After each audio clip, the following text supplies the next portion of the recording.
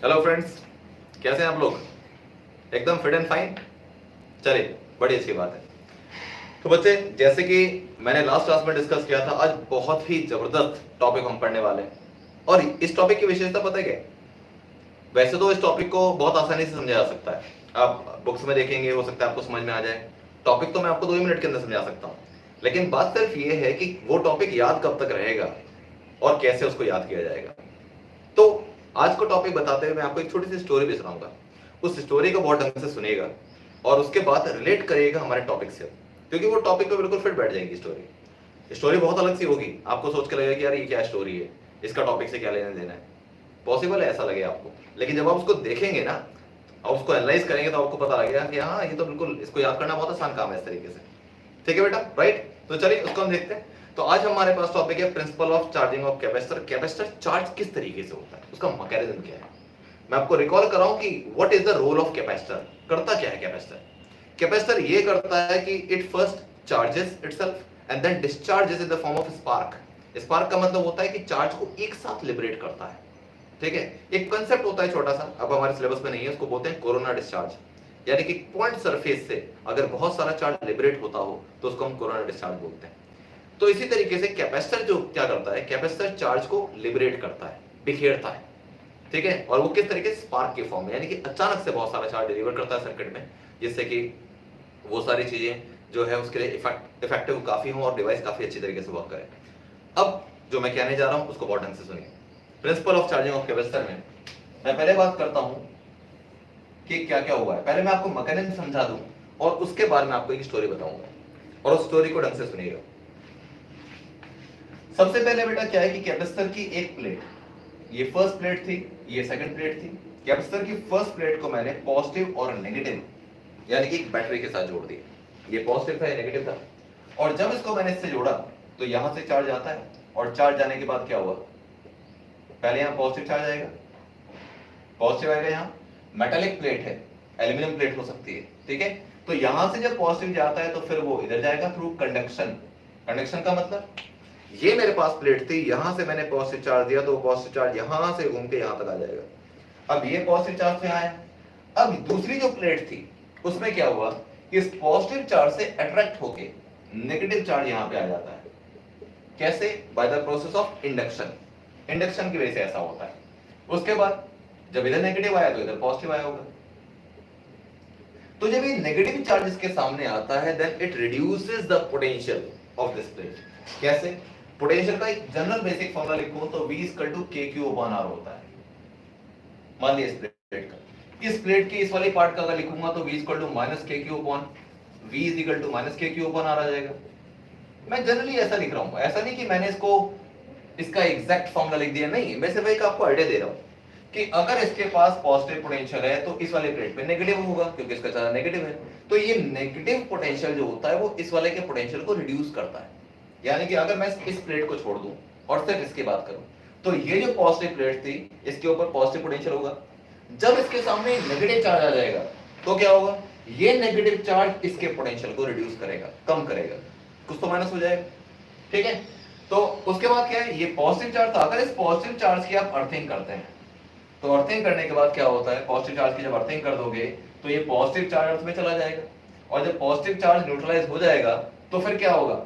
इस पॉजिटिव की वजह से भी जो इसका पोटेंशियल था वो ज्यादा था, लेकिन जब इस पॉजिटिव को भी आप अर्थ कर दोगे तो इसका पोटेंशियल फिर कम हो जाएगा। और ध्यान रखना, पोटेंशियल कम होने से कैपेसिटेंस बढ़ जाती है। कैसे? फॉर्मूला है हमारे पास C=Q/V। ये फॉर्मूला मैंने आपको लास्ट क्लास में बताया, यानी कि C inversely proportional to V। अगर पोटेंशियल को कम कर दिया जाए तो फिर कैपेसिटेंस बढ़ जाता है। तो अगर ये नेगेटिव पोटेंशियल यहाँ पे आ गया नेगेटिव चार्ज की वजह से, तो वो इसके पोटेंशियल को कम करेगा तो कैपेसिटेंस बढ़ जाएगी। फिर जब मैं पॉजिटिव चार्ज की अर्थिंग कर दूंगा तो चार्ज कम हो जाएगा। तो इस चार्ज का कम होने का मतलब क्या है? यहाँ पे चार्ज तो नहीं, बल्कि मैं बोलूंगा कि ओवरऑल पॉजिटिव के साथ ये पॉजिटिव ऐड हो रहा था, लेकिन ये पॉजिटिव अगर चला गया, अगर ये पॉजिटिव चला गया तो इसका मतलब क्या होगा? पोटेंशियल, पॉजिटिव पोटेंशियल कम हो गया, और पॉजिटिव पोटेंशियल कम होने का मतलब कैपेसिटेंस बढ़ जाएगा।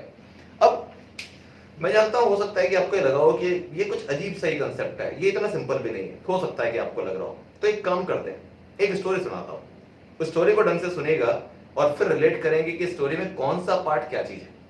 ठीक है बेटा, ढंग से सुनना। एक बार क्या हुआ कि आप बहुत दिनों बाद घर आए, आप कहीं बाहर रहते थे, ठीक है, बहुत दिनों बाद घर आए और घर पे आए, तो घर पे आने के बाद पापा मम्मी दोनों ही खुश होते हैं, लेकिन मम्मी कुछ ज्यादा खुश होती है, ठीक है। मम्मी क्या कहती हैं, पापा तो कहते हैं और बेटा क्या सब कैसा रहा, वहां पे सब कैसा था, ठीक से कमा रहे थे, ठीक से खा रहे थे, सब कुछ है। मम्मी आते ही क्या कहती है, मम्मी कहती है बेटा बहुत दिनों बाद आया, बताओ क्या बनाऊं, आज तुम्हारी पसंद का खाना बनाऊंगी, ठीक है, मम्मी ने कहा। तो अब क्या हुआ, आपने बोला कि मम्मी एक काम करो फिर पूड़ी और छोले बना दो आज, ठीक है।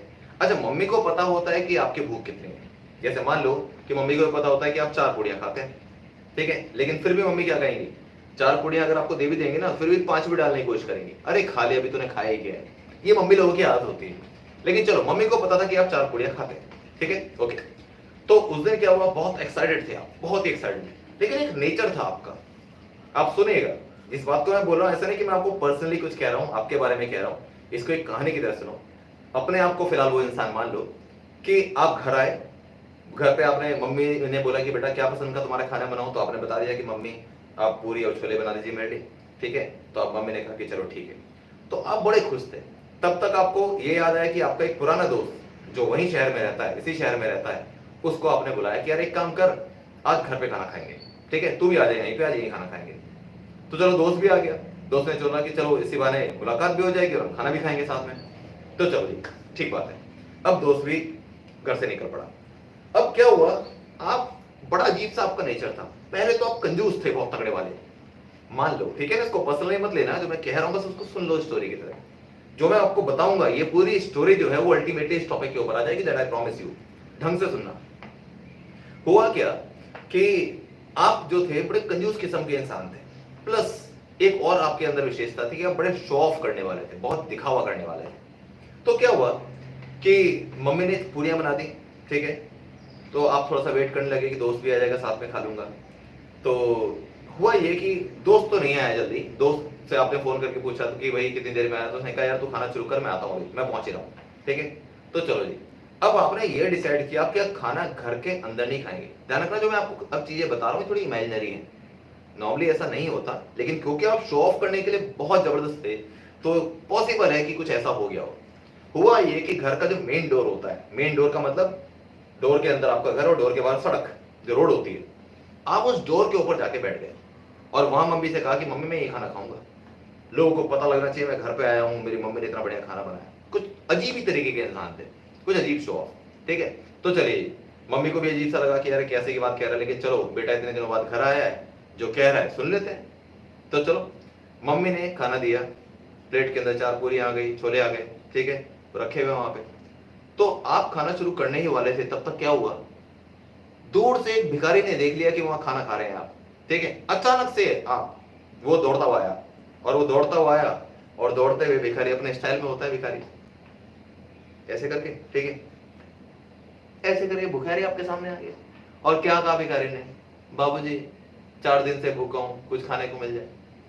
अब दिक्कत किस बात की, ऐसा नहीं कि आप दे नहीं सकते थे, लेकिन क्योंकि आप कंजूस किस्म के इंसान थे, आपकी नीयत नहीं थी देने वाली, इसलिए आपने उसको दिया नहीं, ठीक है। लेकिन क्या हुआ, आपने कौर तोड़ के मुंह के अंदर डालने की कोशिश ही करी थी, तब तक भिखारी सामने मुंह खोल के खड़ा है। अब आप खा भी नहीं सकते और देना आप चाहते नहीं, ये कंडीशन हो गई। अब जब तक ये ड्रामा चल रहा था, तब तक क्या हुआ, मम्मी आई पीछे से, और मम्मी ने क्या कहा कि बेटा तू खा, कोई बात नहीं, इसको मैं बाद में दे दूंगी, ठीक है, कोई बात नहीं, मैं इसको बाद में दे दूंगी, तू खा, ठीक है। लेकिन फिर भी आप नहीं खा पा रहे थे, क्योंकि भिखारी अभी मुंह खोल के बैठा हुआ था और मम्मी ने भी सप्लाई नहीं किया था। इसी बीच क्या हुआ, दोस्त आ गया।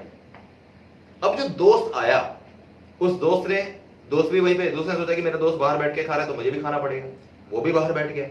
वो बाहर बैठा तो मम्मी ने उसके लिए भी बाहर ही खाना लगा दिया।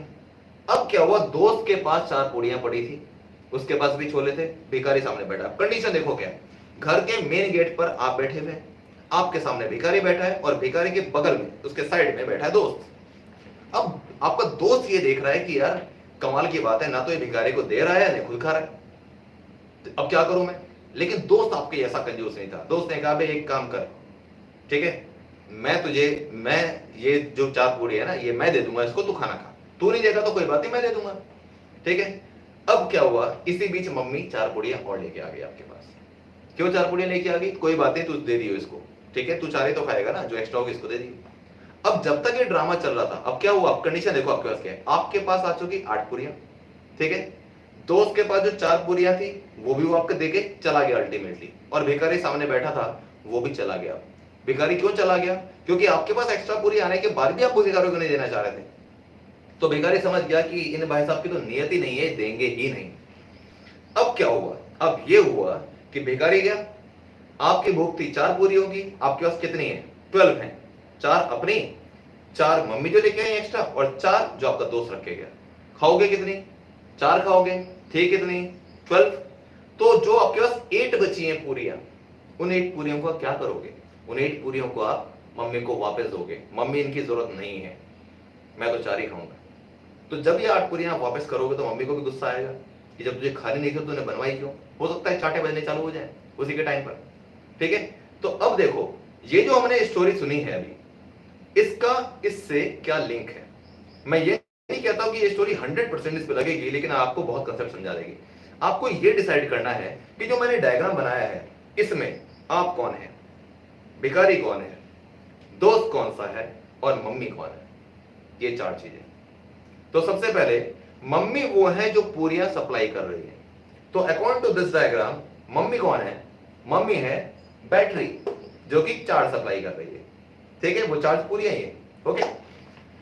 प्लेट का ये जो पार्ट है, फर्स्ट प्लेट का ये पार्ट, ये हो गए आप, यू, ठीक है, ये कौन हो गई, मम्मी, ओके। सामने कोई ऐसा चार्ज आपके पास आ गया जो आपके पोटेंशियल को कम कर रहा है, आपके सामने कोई ऐसा चार्ज आ गया जो आपके पोटेंशियल को कम कर रहा है, कौन है वो, भिखारी, नेगेटिव पोटेंशियल,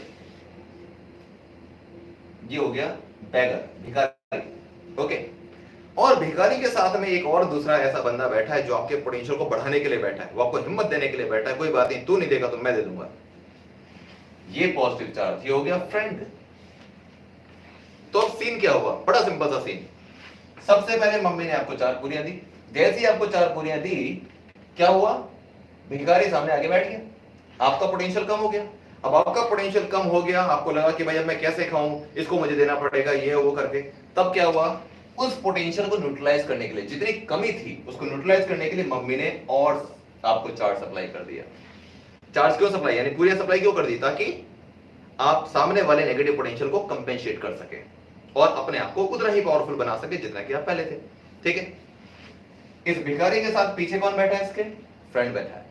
जब ये फ्रेंड चला जाएगा, जैसे अभी मैंने आपको बताया था कि ये फ्रेंड यहां सप्लाई कर दे रहा है, लेकिन प्रैक्टिकल केस में यहां कोई सप्लाई नहीं है। आप ये मान लीजिए कि जैसी अर्थिंग करेंगे, ये पॉजिटिव चार्ज जो आपको सपोर्ट कर रहा था वो चला गया। अब इस पॉजिटिव चार्ज को कंपेंसेट करने के लिए क्या चाहिए, और मतलब वो तो आपकी पॉजिटिविटी को बढ़ा रहा था, आपके पोटेंशियल को बढ़ा रहा था, तो उस पॉजिटिव पोटेंशियल को मेंटेन करने के लिए जो उसके जाने की वजह से कम हो गया, क्या करोगे, और चाहिए, मम्मी ने और 4 पूरियां सप्लाई कर दी। तो इसका मतलब क्या हुआ, आपके पास आपकी कैपेसिटी से ज्यादा चीज है, और जब आपके पास आपकी कैपेसिटी से ज्यादा चीजें होती हैं तो क्या होता है, वो अचानक से ही बिखर जाती है, अचानक से ही फ्लो की फॉर्म में चली जाती है। तो यहां पर जब एक्स्ट्रा चार्ज हो जाता है तो वो स्पार्क की फॉर्म में चला जाता है। तो फर्स्ट ऑफ ऑल भिखारी ने आपका पोटेंशियल कम किया, उस कम पोटेंशियल को कंपेंसेट करने के लिए, बराबर उसको बैलेंस करने के लिए मम्मी ने और पूरियां दी, तो क्या चार्जिंग हुई दोबारा से। उसके बाद क्या हुआ, उसके बाद आपका जो दोस्त बैठा था बाहर, जो आपको पॉजिटिव पोटेंशियल दे रहा था, वो भी चला गया, तो उसको भी कंपेंसेट करने के लिए फिर आपकी चार्जिंग करनी पड़ेगी। तो आपके पास आपके लिमिट से ज्यादा आ गया, 4 पूरियां खाते थे, टोटल 12 पूरियां हो गई, तो बाकी जो 8 पूरियां बचे वो एक साथ जाएंगे ना। ऐसा थोड़ा मम्मी को एक एक करके दोगे, मम्मी एक ले जाओ, मम्मी दूसरी ले जाओ, मम्मी तीसरी, नहीं, सारी एक साथ बोलोगे मम्मी ले जाओ उसको। तो मतलब क्या हुआ, एक साथ सारा 4 डिलीवर हुआ, और जब एक साथ 4 डिलीवर हो तो स्पार्क की फॉर्म में डिलीवर होता है, तो वो किसी मशीन या किसी इंस्ट्रूमेंट को ज्यादा पावर देता है इंस्टेंटली। जैसे मैंने आपको बताया था कि जैसे आपकी गाड़ी का स्पार्क प्लग होता है, स्पार्क प्लग का सिर्फ एक ही काम है, इंजन एक बार स्टार्ट हो जाना चाहिए, इंजन स्टार्ट हुआ, फ्यूल का कंबशन स्टार्ट हुआ, तो फिर तो फ्यूल के ऊपर रन करेगा इंजन। लेकिन स्पार्क क्या करता है, स्टार्ट देता है, वो स्टार्ट जो था वो स्पार्क की वजह से हुआ, ये इसका केस था। तो बेसिकली 2 बार, मैं अब समराइज कर दूं इस चीज को, 2 बार पोटेंशियल का डिक्रीमेंट हुआ, और उसको अगर पोटेंशियल का डिक्रीमेंट होगा तो कैपेसिटेंस बढ़ जाती है, यानी कि एक्वायरिंग एबिलिटी बढ़ जाएगी। आप सोच के देखो, पानी का एक टैंक है मेरे पास, और पानी के एक टैंक में मैंने एक छोटा होल बना दिया, पहले तो मैं पानी उसके अंदर भर रहा था तो उसकी कैपेसिटी फिक्स थी, मैंने एक छोटा होल बना दिया, होल से पानी बाहर निकल रहा है। अब मुझे बताओ होल से पानी बाहर निकल रहा है तो आप इस टैंक के अंदर और पानी डाल सकते हो कि नहीं डाल सकते हो? अगर ये पहले पूरा भरा हुआ था तो आप पानी नहीं डाल सकते थे, लेकिन अगर एक होल बन गया, एक अगर पोटेंशियल नेगेटिव हो गया, कम हो गया, तो अब इसको उसको और भरना पड़ेगा ना, क्योंकि ये तो कम होता जाएगा, तो इसकी कैपेसिटी बढ़ गई। पहले अगर इस पे 5000 लीटर या 1000 लीटर वाटर आता था तो अब और ज्यादा आएगा। क्यों ज्यादा आएगा? क्योंकि कुछ निकल भी तो रहा है। अब इसी तरीके से अगर मैं एक और होल बना दूं तो क्या होगा? पोटेंशियल कम हो गया तो कैपेसिटी और बढ़ गई, और पानी डाल सकते हो उसके अंदर। तो बिल्कुल यही इसी प्रिंसिपल के ऊपर कैपेसिटेंस काम करता है कि जब जब पोटेंशियल कम होता है तब तब कैपेसिटी बढ़ जाती है, एक्वायरिंग एबिलिटी बढ़ जाती है, चार्जिंग कैपेसिटी बढ़ जाती है। अब सोच के देखिए यहां पे क्या हुआ है। यहां पे यही हुआ है कि जब तक ये प्लेट ना हो, यहां पर अगर मैं इस प्लेट को लगाऊं ही ना तो इसकी एक फिक्स कैपेसिटी है कि इसके ऊपर कितना चार्ज आ सकता है, उससे ज्यादा नहीं आएगा। ठीक है, ओके। अगर मैं इसके सामने एक न्यूट्रल प्लेट लगा दूं, न्यूट्रल, इस पे कोई चार्ज नहीं था, और उसके साथ में अर्थिंग कर दूं, यानी कि मैंने neutral earth plate is placed in front of this plate, तो क्या होगा? जैसे ही मैं इस न्यूट्रल प्लेट को लगाऊंगा, इस पॉजिटिव की वजह से नेगेटिव आ जाएगा, पोटेंशियल कम हो गया, पोटेंशियल कम से इसकी और चार्जिंग हो सकती है, इसकी कैपेसिटी और बढ़ सकती है। ठीक है, और साथ में फिर पॉजिटिव यहां पे आया होगा तो उसकी अर्थिंग हो गई तो कैपेसिटी और बढ़ सकती है। जितनी बार पोटेंशियल कम होगा उतनी बार कैपेसिटी बढ़ सकती है। तो जनरली ये 2 बार ऐसा होता है। ठीक है बेटा, ये था principle of charging of capacitor. ढंग से इसको आप समझ लीजिए, वीडियो को आप चाहे दोबारा देख लीजिएगा बाद में, और साथ में जो भी आपके पास रेफरेंशियल बुक है पढ़ के देख लें। ऐसा नहीं कि इसके बारे में आपको लिखने को आता है, लेकिन ये समझना बहुत जरूरी है, क्योंकि अगर इसको आप नहीं समझेंगे तो बहुत बेसिक कंसेप्ट जो होंगे वो आपके खराब हो जाएंगे, और फिर आप जहां एक ट्रिकी चीज आएगी वहां पर आप फंस जाएंगे। ठीक है, अब एक क्वेश्चन मैं आपसे डिस्कस करना चाहूंगा। 1 मार्कर क्वेश्चन होता है, लेकिन बड़ा इंपॉर्टेंट क्वेश्चन होता है, बड़ा ही बढ़िया क्वेश्चन है, अच्छे ऑर्डर का क्वेश्चन है। क्वेश्चन आपसे पूछते हैं कि is it possible that we can give any charge to a capacitor, यानी कि charge of any value to a capacitor. क्या मैं किसी कैपेसिटर को कितना भी चार्ज दे सकता हूं जितना मैं चाहूं? अगर मैं इसका मान लो पोटेंशियल कम करता जा रहा हूं किसी और तरीके से, और कम की चार्ज और ज्यादा आते रहे, और ज्यादा आते रहे, तो क्या ये पॉसिबल है कि मैं किसी भी कैपेसिटर को अनलिमिटेड चार्ज दे सकता हूं? क्या ये पॉसिबल है? तो आंसर आता है नो। लेकिन उस नो का जो रीजन है ना वो बहुत अलग है, और वो क्या रीजन है सुनो। कैपेसिटर की प्लेट के बीच में जनरली क्या होगा? अगर कुछ भी नहीं है, मैंने सिंपल एक पैरेलल प्लेट कैपेसिटर रखा हुआ है यहां पर, तो क्या उसकी उन दोनों की प्लेट के पैरेलल प्लेट के बीच में है क्या? कौन सा मीडियम है? वो मीडियम आपके पास एयर हो गया। ठीक है, तो अगर ये एयर है तो इसका होता है एक dielectric strength, dielectric strength. अब डाई इलेक्ट्रिक स्ट्रेंथ किसको बोलते हैं? डाई इलेक्ट्रिक स्ट्रेंथ ये बोलते हैं कि कब तक कोई एक डाइलेक्ट्रिक सब्सटेंस चार्ज को होल्ड कर सकता है लेकिन फ्लो नहीं कराता, यानी कब तक वो डाइलेक्ट्रिक की तरह बिहेव करेगा और कंडक्शन स्टार्ट नहीं करेगा। अब कैसे? देखो, जैसे ही आप इसके अंदर और चार्ज बढ़ाएंगे, चार्ज बढ़ने से क्या होगा? फिर यहाँ पे चार्ज बढ़ने से क्या होता है? कैपेसिटेंस बढ़ती चली जाती है, एक्वायरिंग एबिलिटी बढ़ती जाती है। एक पर्टिकुलर टाइम पर जब यहाँ बहुत चार्ज आ जाएगा तो इनके बीच में, पॉजिटिव और नेगेटिव के बीच में जो V होगा, पोटेंशियल डिफरेंस, अगर वो बड़ा स्ट्रांग हो गया, बहुत स्ट्रांग हो गया, कितना? 3 × 10⁶ वोल्ट पर मीटर, ये एक अप्रोक्सीमेशन वैल्यू मानी जाती है। अगर ये इतना हो गया, इतना पोटेंशियल डिफरेंस के बीच में, ये वोल्ट पर मीटर का मतलब क्या है? इतना वोल्टेज पर मीटर। अगर इनके बीच की लेंथ हमारे पास 1 मीटर है तो लेकिन वोल्ट पर मीटर में बेसिकली होता क्या है? Electric field. अगर electric field 3 × 10⁶ volt per metre set हो जाए इनके बीच में, यानी कि 1 मीटर लेंथ के ऊपर 3 × 10⁶ का पोटेंशियल डिफरेंस अगर सेट हो जाए, तो जो एयर है ना इसके बीच की, वो आयनाइज हो जाती है। आयनाइज का मतलब, जो न्यूट्रल एयर आपको दिख रही थी उसमें पॉजिटिव और नेगेटिव आयन बनने चालू हो जाते हैं, और जब ये पॉजिटिव और नेगेटिव आयन बन जाएंगे तो क्या होगा, या बनना शुरू हो जाएंगे तो क्या होगा? देखो क्या होगा। ये बड़ा जबरदस्त कंसेप्ट है, और बहुत बढ़िया बच्चों को भी ये बात पता नहीं होती है, क्योंकि बच्चे इसको ऊपर ऊपर पढ़ के चले जाते हैं। ये पॉजिटिव था यहाँ पे, ये जब बहुत ज्यादा डाइलेक्ट्रिक स्ट्रेंथ इसकी अगर 3 × 10⁶ वोल्ट पर मीटर, अगर मैं इससे ज्यादा इलेक्ट्रिक फील्ड यहां सप्लाई करता हूं, या इस ऑर्डर का इलेक्ट्रिक फील्ड सप्लाई करता हूं, तो इसके बीच जो एयर थी ना उसमें नेगेटिव और पॉजिटिव आयन बनने चालू हो जाते हैं। और ये आपको पता है कि नेगेटिव और पॉजिटिव आयन इसी तरीके से बनेंगे, नेगेटिव इस साइड को बनेगा, पॉजिटिव डायरेक्टेड होके। तो क्या होता है फिर ये नेगेटिव चार्ज पॉजिटिव के साथ कंबाइन होके क्या करेगा, ये नेगेटिव पॉजिटिव के साथ कंबाइन करके उसको न्यूट्रलाइज करेगा, यानी कि इस प्लेट के ऊपर जो पॉजिटिव चार्ज एक्वायर हो रखा था उसको न्यूट्रलाइज करने की कोशिश करेगा। और जब वो उसको न्यूट्रलाइज करने की कोशिश करेगा तो क्या होगा, इस कंसेप्ट को बोलते हैं leakage of charge. Leakage of charge क्यों बोलते हैं, देखो अगर इस नेगेटिव ने इस पॉजिटिव को न्यूट्रलाइज कर लिया तो आपको कुछ टाइम बाद क्या सीन दिखेगा, ये दिखेगा, इसने तो न्यूट्रलाइज कर लिया, ये पॉजिटिव बचा, ये पॉजिटिव नेगेटिव के पास जा सकता है, ठीक है, वो आगे की बात है। लेकिन फिलहाल क्या हुआ, इनिशियल स्टेप में क्या हुआ कि नेगेटिव ने पॉजिटिव को तुरंत न्यूट्रलाइज कर लिया और ये पॉजिटिव सस्पेंड हो गया, अब ये पॉजिटिव भले आगे जाएगा। तो आपको इस पॉजिटिव से पता लग गया कि आपको देख के लगेगा कि यहां जो पॉजिटिव चार्ज था वो यहां शिफ्ट हो गया, वो पॉजिटिव चार्ज देख के क्या लगेगा कि वो आगे चला गया।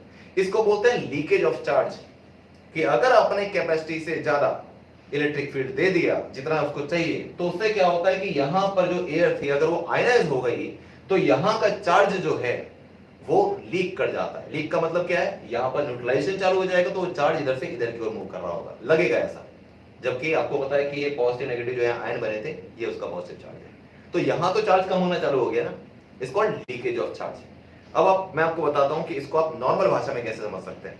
एक टैंक था मेरे पास 1000 लीटर का, पानी की टंकी सिंपल, मैंने उस पर पाइप लगा के छोड़ दिया जिससे पानी जा रहा है, ठीक है। अब मैं बोलता हूं क्या मैं इसको कितनी भी कैपेसिटी का कितने भी ज्यादा इसके अंदर पानी भर सकता हूं, तो आप कहेंगे आंसर इज नो। क्यों, क्योंकि जब वो पूरा भर जाएगा और पूरा भरने के बाद क्या होगा, पूरा भरने के बाद पानी बाहर बिखरेगा ना, इसको हम क्या बोलते हैं, इसको बेसिकली हम बोलते हैं ओवरफ्लो, ठीक है। लेकिन बेसिकली एक तरीके का लीकेज ही है कि चार्ज बाहर जा रहा है। अब आप सोचो टैंक के अंदर मैं होल बना दूं, पानी चला जाए तो उसको क्या बोलते हैं, लीकेज ऑफ वाटर, और अगर ऊपर से चला जाए तो उसको बोलते हैं ओवरफ्लो। यार दोनों कंडीशन में एक बात तो कॉमन है, पानी तो बाहर निकल के जा रहा है। तो इसका मतलब है कैपेसिटी से ज्यादा अगर आपने यहां पे इलेक्ट्रिक फील्ड दे दिया जो कि सामने वाले मीडियम जो बीच में मीडियम था अगर उसकी डाइलेक्ट्रिक स्ट्रेंथ के बराबर या उसको क्रॉस कर गया तो क्या होता है, leakage of charge takes place. इसलिए जब चार्ज लीक हो जाता है तो फिर क्या होगा, आप किसी भी वैल्यू तक उसको आप चार्ज एक्वायर नहीं कर सकते, क्योंकि उसके बाद क्या होता है, एक्वायरिंग एबिलिटी कम हो जाएगी, क्योंकि चार्ज इधर से इधर जाने लगेगा, चार्ज आगे जाने लगेगा, चार्ज फिक्स नहीं होगा, यानी कि चार्ज प्लेट के ऊपर ना आके वो मूव करने लगेगा। तो इसका मतलब लीकेज ऑफ चार्ज बोलते हैं इसको, ठीक है। तो मैं क्वेश्चन आपके लिए दोबारा पढ़ रहा हूं, उसका प्रॉपर आंसर बता रहा हूं, इसको ध्यान रखिएगा, this is very important question for 1 mark. Question था आपके पास, can we give any amount of charge to a capacitor, can we give any amount of charge to a capacitor. Answer क्या हुआ, no, because the dielectric strength और the medium between the plates of the capacitor is generally 3 into 10 to the power 6 volt per metre. इसको dielectric strength बोलते हैं electric field की form में भी, ठीक है, डाइलेक्ट्रिक स्ट्रेंथ। तो if the applied electric field is more than this, the leakage of charge between the plates of capacitor takes place as the medium between the plates ionises, ठीक है। तो बस लीकेज हो गई, that means we can not give any amount of charge, क्योंकि limit हो गई, इस लिमिट के बाद अगर दोगे तो लीकेज हो जाएगी, ठीक है बेटा, ये बात पता लगी। अब जैसे मैं आपको एक और चीज बताता हूं, एक और एग्जांपल देता हूं उसका प्रैक्टिकल लाइफ का। इलेक्ट्रिक आयरन होता है, ठीक है, प्रेस जो होती है जिससे हम कपड़े प्रेस करते हैं, इसमें भी लीकेज ऑफ चार्ज कई बार हो सकता है कि नहीं हो सकता है।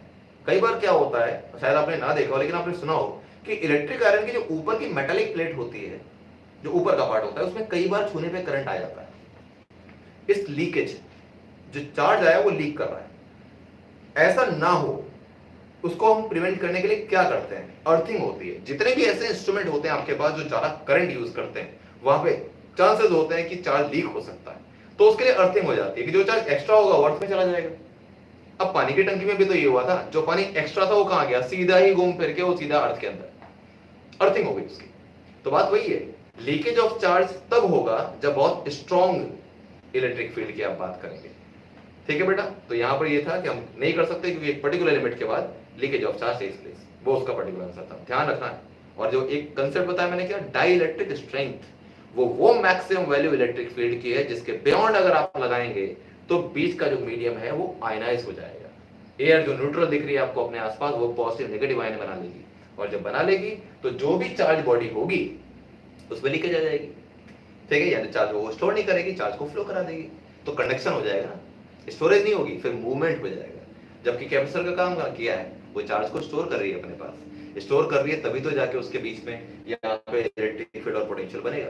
लेकिन जब वो फ्लो करने लग जाएगा तो इलेक्ट्रिक पोटेंशियल और इलेक्ट्रिक फील्ड जो है उसका कंसेप्ट कुछ अलग तरीके से हो जाएगा, उसको पढ़ने के तरीके अलग हो जाएंगे। ठीक है बेटा, ये बात पता लगी। चलिए अब बात करते हैं कि हमें आगे क्या पढ़ना है। कुछ बड़ी इंटरेस्टिंग बातें आज मैं आपको बताने वाला हूं और ये आपके बड़े काम आने वाली है, क्योंकि मैंने बताया था कैपेसिटर का जो सेगमेंट है वो इस चैप्टर का मोस्ट वांटेड सेगमेंट है, जिसका एक क्वेश्चन तो आता ही आता है, हमेशा आएगा ही। ठीक है, और एग्जाम में तो सबसे ज्यादा क्वेश्चन कैपेसिटेंस के ही आएंगे जब आप चैप्टर नंबर 2 की बात करेंगे। 10% पार्ट हो गया इलेक्ट्रिक पोटेंशियल और इलेक्ट्रिक पोटेंशियल एनर्जी का, और 90% पार्ट हो गया कैपेसिटेंस का। तो इसलिए इसको बहुत वेटेज इसकी है, तो बहुत ध्यान से पढ़िएगा इसको। ठीक है बेटा, ओके। तो चलिए नेक्स्ट देखते हैं अब क्या करना है आपको।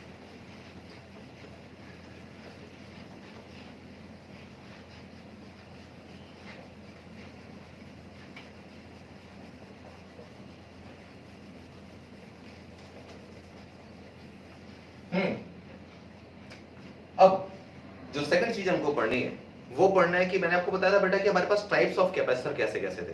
पैरेलल प्लेट कैपेसिटर था आपके पास, और क्या था आपके पास, स्फेरिकल कैपेसिटर था और सिलिंड्रिकल कैपेसिटर, ये तीन बताए थे। इन तीनों के कैपेसिटेंस का मैं आपको फॉर्मूला बताऊंगा आज। बस फॉर्मूले आपको स्फेरिकल और सिलिंड्रिकल के लिए याद रखने हैं फॉर योर कॉम्पिटिटिव एग्जामिनेशंस, बाकी हमारे सिलेबस में नहीं, लेकिन पैरेलल प्लेट कैपेसिटर पूरा ढंग से पढ़ना है। तो सुनिए, हम बात करते हैं कैपेसिटी ऑफ या capacitance of parallel plate capacitor. अब कुछ चीज जो मैं बता रहा हूं आपके, ये आपको न्यूमेरिकल्स में बड़ी काम आने वाली है। अब वो क्या है, सबसे पहले तो पैरेलल प्लेट कैपेसिटर को हम दिखाएं कैसे। ये होता है सिंबॉलिकल रिप्रेजेंटेशन। यहां से आपने दिखा दिया, बैटरी दिखाना चाहो दिखा दो, नहीं तो कोई बात नहीं, ये पॉजिटिव नेगेटिव हो गया, यहां से चार्ज आता है। और आपको सारे चार्ज नहीं बनाने हैं, आपको सिर्फ इसके अंदर यहां पॉजिटिव और यहां नेगेटिव, ये होता है। मैं आपको अब एक चीज रिकॉल करा दूं, जब गॉस थ्योरम का हमने एप्लीकेशन पढ़े थे, जहां मैंने आपको बताया था कि कैपेसिटर वाले चैप्टर में इलेक्ट्रिक फील्ड आएगा, तो वहां पर कैसे था, एक चीज समझिए। ये पॉजिटिव प्लेट थी, ये नेगेटिव थी। गॉस थ्योरम में जैसे मैंने आपको बताया था, ये पॉजिटिव और ये नेगेटिव, कि मान लीजिए इस प्लेट को पॉजिटिव कर दिया, इसको नेगेटिव कर दिया, तो उस केस में यहां पर पॉजिटिव की वजह से इलेक्ट्रिक फील्ड इधर आ जाता है, नेगेटिव की वजह से भी इधर आ जाता है, और नेट इलेक्ट्रिक फील्ड बीच में आता है sigma upon epsilon not. This is the value of electric field between the plates of capacitor, ये ध्यान रखना है। और ये डिस्टेंस के ऊपर डिपेंड नहीं करता, फॉर्मूले में आर नहीं आता। और आपने जब इसका ग्राफ बनाया था तो इलेक्ट्रिक फील्ड और आर का ग्राफ ऐसे बनाया था, ये था। अगर आप भूल गए हो तो उस वीडियो को आप एक बार रिकॉल करेंगे। ठीक है, गॉस थ्योरम के एप्लीकेशन में वो आपकी वीडियो होगी पार्ट 4 में, ठीक है, तो उसको देखिएगा। इलेक्ट्रिक फील्ड यहाँ पे ये था, यहाँ इलेक्ट्रिक फील्ड हमने 0 निकाला था और यहाँ भी इलेक्ट्रिक फील्ड 0 निकाला था, यानी कि outside the capacitor electric field is 0 and inside the capacitor the value of electric field is sigma upon epsilon not. तो ये जो इलेक्ट्रिक फील्ड का फॉर्मूला है, ये इस पूरे चैप्टर में अब मैं यूज करूंगा फॉर कैपेसिटर। ध्यान रखिएगा ढंग से कि this formula for electric field is to be used throughout all the topics of capacitor। ठीक है, E is equal to sigma upon epsilon naught। तो चलिए अब बात करते हैं कि कैपेसिटर, पैरेलल प्लेट कैपेसिटर को आप सिंबॉलिकली ऐसे दिखा देते हैं। और एक चीज और जो आपके न्यूमेरिकल्स के लिए कभी कभी काम आ जाएगी, वो थोड़ा सा मैं बता दूं। कैपेसिटर को सिंबॉलिकली आप ऐसे दिखाते हैं, दो प्लेट्स सिंबॉलिकली वैसे, ठीक है, और ऐसे भी दिखा सकते हैं। अब इन दोनों में क्या डिफरेंस है? अगर कैपेसिटर में दो प्लेट ऐसे दिखा रखे हैं आपको, सिंबल जैसे होता है ना, रेजिस्टेंस का सिंबल हम ऐसे बना देते हैं, तो कैपेसिटर का सिंबल ऐसे बना देते हैं। अब सिंबॉलिकली अगर कैपेसिटर ये दोनों तरीके से बन रखे हैं, तो पहले का मतलब क्या और दूसरे का मतलब क्या है? ये जो फर्स्ट वाला है, ये इसका मतलब होता है कांस्टेंट कैपेसिटेंस या कांस्टेंट कैपेसिटर, और ये होता है variable capacitor. Variable capacitor and constant capacitor. Variable और कांस्टेंट में डिफरेंस क्या हो गया? कांस्टेंट का मतलब है फिक्स कैपेसिटी है, उसकी वैल्यू हमेशा सेम रहेगी, आप कुछ नहीं चेंज कर सकते, उसके अंदर फिक्स वैल्यू होगी। कि अगर किसी कैपेसिटर लिख रखा है 15 माइक्रोफैरड, तो 15 माइक्रोफैरड ही रहेगा ना, वो 14 के लिए काम करेगा ना 16 के लिए काम करेगा। लेकिन हमारे पास वेरिएबल कैपेसिटर भी होते हैं जिनकी कैपेसिटी को बदला जा सकता है। उनके कॉन्फ़िगरेशन में चेंज करके या फिर उनकी चार्जिंग एबिलिटी को थोड़ा सा चेंज करके आप वेरिएबल कैपेसिटर यूज करते हैं। अब जैसे मैं आपको एक एग्जांपल बताता हूं, हमारे घर में ही फिक्स रेजिस्टेंस और वेरिएबल रेजिस्टेंस दोनों के एग्जांपल है। जैसे आपने अगर मोबाइल का चार्जर देख लिया हो खोल के या कोई डिवाइस देखी होगी तो उसमें आपने रेजिस्टेंस देखा होगा। रेजिस्टेंस ऐसा होता है, देखने में कैसा होता है? रेजिस्टेंस एक्चुअली ऐसा दिखता है, ऐसे लाइंस होती हैं, ये ऐसा वो एक्चुअली दिखता है। सिंबल तो ये होता है लेकिन दिखता ऐसा है। ये होता है फिक्स रेजिस्टेंस की फिक्स वैल्यू होती है कि कितनी वैल्यू हो सकती है, कितने के लिए काम करेगा। और एक होता है वेरिएबल रेजिस्टर। वेरिएबल रेजिस्टर है आपके पंखे का रेगुलेटर, आपका फैन का जो रेगुलेटर है वेरिएबल रेजिस्टर है। उसमें आप जब नॉब घुमाते हैं तो घुमाने से क्या होता है, कभी करंट ज्यादा जाती है कभी कम, तो फैन कभी तेज चलता है कभी स्लो। ठीक है, वेरिएबल रेजिस्टर है। ना तो आप आने वाली करंट को आप चेंज कर सकते थे जो आपके घर में आ रही है, ना आने वाले वोल्टेज को, तो आप क्या करते हैं, रेजिस्टेंस को बदल देते हैं, जिससे करंट का अमाउंट कितना जाएगा उसको आप चेंज कर पाते हैं। तो जैसे फिक्स रेजिस्टर और वेरिएबल रेजिस्टर हो गए, ऐसे ही fix capacitor and variable capacitors होते हैं। तो अगर कभी आपको एरो दिखे, एरो किसी भी चीज के ऊपर अगर एरो दिख जाए तो इसका मतलब वेरिएबल है, वो चेंज होगा। ठीक है, लेकिन अगर ऐसा दिखे तो फिक्स्ड है। ओके, तो ये सिंबल याद रख रहे हैं कि कभी किसी न्यूमेरिकल में आपको ये सिंबल नजर आते हैं तो उसका मतलब क्या निकलता है। ठीक है, अब आगे बढ़ते हैं। तो ये कुछ बातें छोटी छोटी थी जो मैं आपको इसलिए बताते चल रहा हूं कि अचानक से कभी जरूरत पड़ जाएगी इनकी।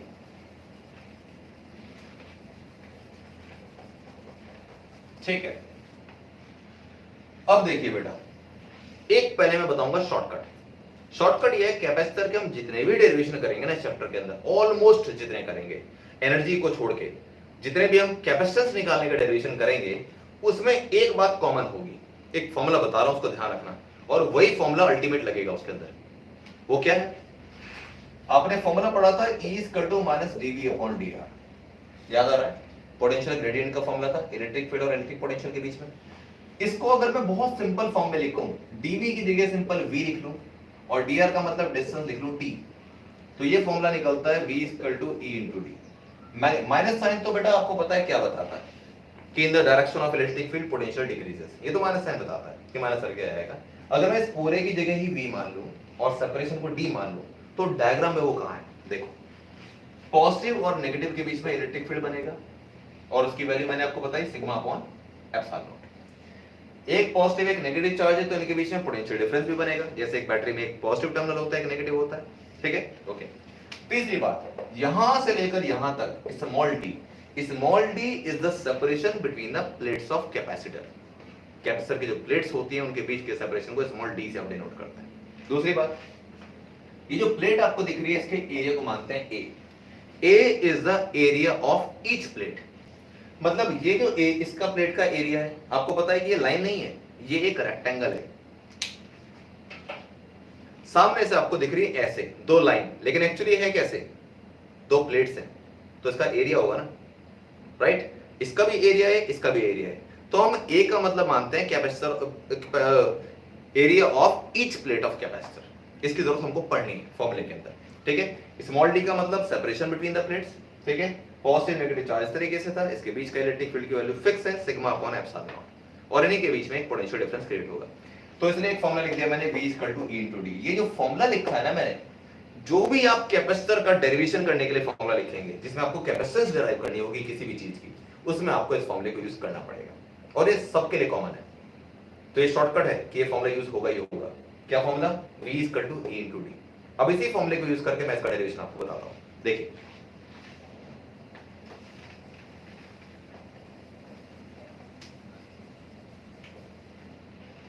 मैं लिखता हूं इलेक्ट्रिक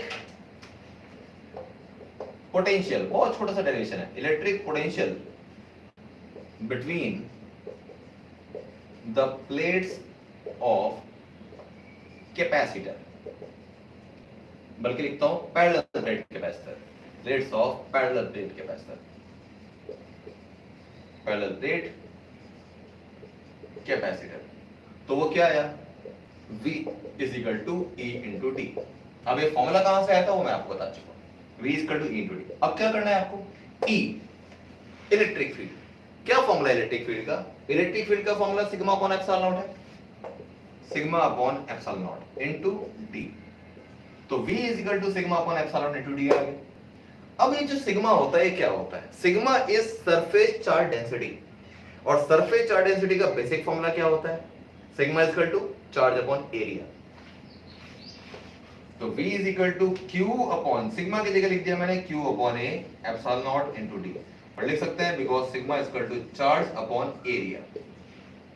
ठीक है बेटा, सरफेस एरिया ग्लास भी ले सकते हैं, लेकिन यहां हमने एरिया को अगर A मान रखा है तो A मान लेंगे। क्लियर बच्चे? ओके, ये तो निकल गया भी। अब सिंपल सी बात, अब मुझे लगाना है कैपेसिटेंस निकालना है। कैपेसिटेंस निकालने का मेरे पास एक बेसिक फॉर्मूला है ना, क्या फॉर्मूला है? C is equal to Q by V। Now capacitance C is equal to Q by V, ये फॉर्मूला होता है, तो वैल्यू पुट करो। V चाहिए था इसलिए तो V निकाला है यहां पे, Q upon A epsilon naught D, Q upon A epsilon naught into D, तो Q से Q कैंसिल हो जाएगा, तो C इज इक्वल टू कितना आ गया आपके पास, ये ऊपर चला जाएगा, epsilon naught A upon D। This is the basic formula for capacitance of parallel plate air cooled capacitor। अब parallel plate air cooled capacitor का मतलब क्या होता है?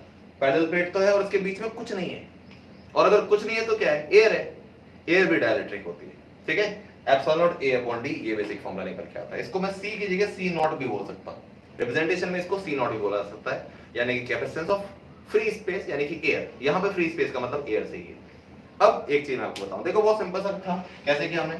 Electric potential V equal to E * D लगाया, इलेक्ट्रिक फील्ड का formula sigma upon epsilon naught, ये से आ गया, तो V इक्वल टू आ गया Q अपॉन, सॉल्व करके Q upon A epsilon naught D। C equal to Q by V formula होता है, V की वैल्यू वहां पुट करी और फाइनली आपका आंसर आया। अब एक इसके बाद आपको क्या सीखना चाहिए? इसके साथ में ये सीखना चाहिए कि अगर बेटा इस ये जो पैरेलल प्लेट कैपेसिटर दिख रहा है, इसकी पैरेलल प्लेट के बीच में एक डाई इलेक्ट्रिक मीडियम डाल दो। डाइलेक्ट्रिक मीडियम का मतलब मैंने इसके अंदर वाटर डाल दिया या रबर डाल दिया, कुछ ऐसा डाल दिया, कोई भी डाइलेक्ट्रिक मीडियम, ये ऐसे दिखाता हूं मैं, जिसका डाइलेक्ट्रिक कांस्टेंट था कैपिटल के। अब ध्यान रखना, न्यूमेरिकल्स के लिए बहुत काम आने वाला है, ये चीजें बहुत ढंग से सुनेगा कि इसकी प्लेट के बीच में बिल्कुल सेम कैपेसिटर है, इसके अंदर जो खाली जगह थी जहां एयर था, उसकी जगह हमने क्या कर दिया? डाइलेक्ट्रिक भर दी। अब जब डाइलेक्ट्रिक भरा तो क्या होगा? तो उस केस में फॉर्मूला हमारे पास ये था ना, अभी जो हमने निकाला C नॉट था। अब C नॉट की जगह मैं C कर दूंगा और एप्सिलॉन नॉट की जगह कर दूंगा एप्सिलॉन। क्यों? क्योंकि जब फ्री स्पेस होता है तो एप्सिलॉन नॉट आता है, लेकिन जब मीडियम आ जाए उसके बीच में तो वो एप्सिलॉन बन जाता है। और आपको अब ये पता होगा, याद होगा आपको कि एप्सिलॉन और एप्सिलॉन नॉट के बीच में क्या रिलेशन है। तो देखिए, इसको बल्कि मैं एक स्टेप पहले लिख देता हूं। When the plates of capacitor, when the plates of capacitor is filled with dielectric slab, एक डाइलेक्ट्रिक स्लैब इसके अंदर भर दी, तो क्या होगा? C is equal to, therefore C is equal to epsilon A upon D। Epsilon को लिखते हैं K epsilon naught, capital K, A upon D। और ये कैसे आया? मैं लिख देता हूं यहाँ पे, because epsilon upon epsilon naught is equal to K। इसी को आप क्या बोलते हैं? रिलेटिव परमिटिविटी भी बोलते हैं। ठीक है, तो क्या आएगा बच्चे इससे? C is equal to K। अभी epsilon naught A upon D क्या है? ये तो C नॉट है, ये लिखा है C नॉट, तो C is equal to K C naught. इसका मतलब ये निकलता है कि अगर मैंने कैपेसिटर की प्लेट के बीच में एक ऐसा डाइलेक्ट्रिक सब्सटेंस डाल दिया जिसका डाइलेक्ट्रिक कांस्टेंट हो गया 80, जैसे वाटर डाल दिया, डाइलेक्ट्रिक कांस्टेंट हो गया 80, तो जो नई कैपेसिटेंस होगी वो 80 टाइम्स बढ़ जाएगी, 80 गुना बढ़ जाएगी, 80 C नॉट हो जाएगी। तो जितना भी इसका डाइलेक्ट्रिक कांस्टेंट होगा उतने गुना, उतने टाइम्स उसकी कैपेसिटेंस बढ़ जाएगी। इसका मतलब ये हुआ कि on introduction of dielectric slab between the plates of capacitor, its capacitance increases। ये एक conceptual part हो गया कि on introducing a dielectric slab between the plates of capacitor, its capacitance increases। तो यहां पर मैं लिख देता हूं कि ओवरऑल रिजल्ट क्या निकला?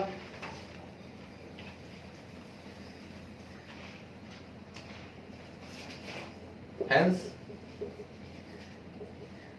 the capacitance